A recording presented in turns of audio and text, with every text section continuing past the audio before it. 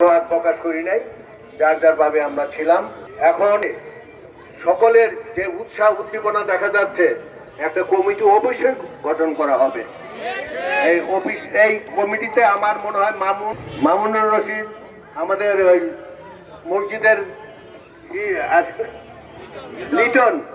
লিটন আছে, আমাদের দীপু আছে, এরকম কয়েকজন নিয়ে সাইদ আছে, এরা সবাইকে নিয়ে একটা কমিটি গঠন করো। তোমরা যা সমস্যা হয় আমরা দেখবো।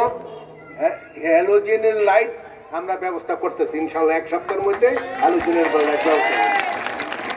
আর যে লাইটের এই যে street light, city corporation light জ্বলে না, কারণ আছে। আর এই লাইটগুলি কেটে দেয় এই যে সন্ত্রাসীরা, ছিনতাইকারীরা, মাদক যারা বিক্রি করে, যারা খায়, এরা লাইটের তার কেটে দেয়, যার কারণে এই অবস্থা সৃষ্টি হয়েছে। আমি একটা ডিমের দোকানে গেছি ডিম কিনতে, আমারে বলে ভাই আপনাদের এখানে আমার বাড়ি, আমি তো অনেক অসহায়। কি ব্যাপার? আমার ঘর দখল করে মাদক খাচ্ছে। কি ব্যাপার? ওই আমি তখন লিখন সর্দার, আমাদের আরো নামটা এখন আসতেছে না, মাহবুব, আরো অনেকে আমাদের এই মহল্লা ছেলেরা, ওদেরকে বললাম তোমরা মসজিদে আসো, নামাজ পড়া ওই বাড়িতে আমি যাবো। কি ঘটনা ঘটছে গিয়া দেই যে 4 জন মিলে একটা ঘর দখল করে রাখছে, আর একটা ঘরে তালা দিয়ে রাখছে, ওই বাড়িটা দখল করে রাখছে। আর ভিতরে ধোঁয়া, অন্ধকার, লাঠি দিয়া ভাইয়া আমি পিটানো আরম্ভ করলাম 3টারে, একটা পালায় গেছে মাইডা। এরপরে ওরা সবাই পিটাইছে। ওই বাড়িতে এখন আছে কিনা জানি না। এরপরে আর আমার কাছে অভিযোগ আসে নাই। আছে বিল্ডিং এর পাশে বাড়িটা। এখন আমার কথা হলো যে আমরা যদি এই যুবকরা যদি সচেতন না হয়, আমাদের কাছে আসো, কখন আসতে হবে, কি করতে হবে আমাকে বলো, আমরা অবশ্যই থাকবো। তবে রবিবারের পরের দিন থেকে আমি তোমাদের ডিউটি দেবো। আমি এখানে আসবো। আমি তো টর্চ দিছিলাম কিনা, বাসি কিনা দিছিলাম, তোমরা ইউজ করো কিনা জানি না। আরো কিছু দরকার হলে আমরা অবশ্যই দিব, কোনো চিন্তার কারণ নাই। মাদক আর ছিনতাইকারীদের উচ্ছেদ করতেই হবে ইনশাল্লাহ, আমরা করে থাকবো।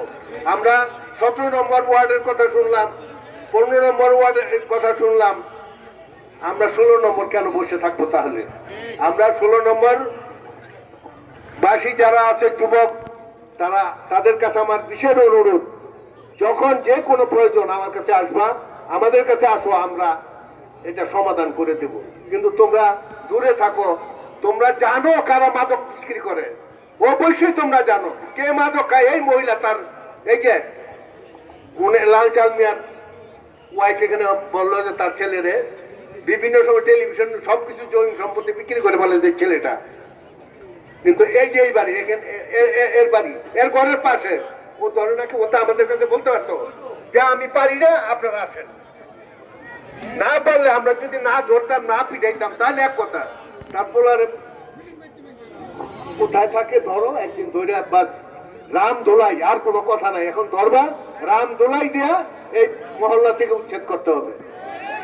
আপনারা রাজি আছে? এই যুবক ভাইরা তোমরা আছো ইনশাল্লাহ। বিভা আর আমি যদি এক থাকি, এই মহল্লার এমন যে এই মহল্লায় মাদক আন্দোলন করে যাব। আমি আপনাদের কথা দিচ্ছি ইনশাল্লাহ, আমি এখানে আপনাদের সাথে এখানে ডিউটি দেব। রবিবার দিন থেকে ইনশাল্লাহ এখানে ওরা থাকবে। তোমাদেরকে বলে রাখুন, তোমরা থাকবা। টর্চ আরো লাগবো, বাঁশি লাগবো, লাঠি লাগবো, আমি এনে তোমাদের দিব এবং তোমাদের নিয়ে করবো। ওই যোগটা যা আছে, ওই দাও কাছি কিনা দিব, সব কারণ। আর ওই ঘর বাঁধতে হবে, ওই ঘর আজকে বাঁধতে হবে। আরেকটা বিষয়, এখানে আমরা সবাই ওই মন্ডলপাড়া ব্রিজ থেকে বাবুরিয়াল ঢুকি, একটা বট গাছ দেখছেন? সিটি কর্পোরেশনের লেকের পাশে একটা বট গাছ, মশারি দিয়ে ওখানে কি হয়, মশারি টাঙ্গানো। আপনারা যুবকরা পারেন না ওটা উচ্ছেদ করতে? কই উচ্ছেদ হয়েছে?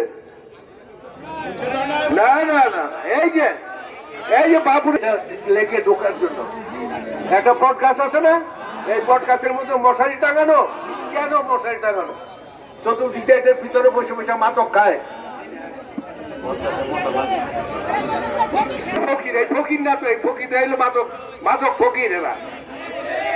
দাদা আমি আমার অনুরোধ, যারা যুবক আছো তোমরা এই, আমি মামুনকে বললাম, দীপুকে বললাম, আরো তোমরা সবাইকে নিয়ে একটা কমিটি গঠন করো।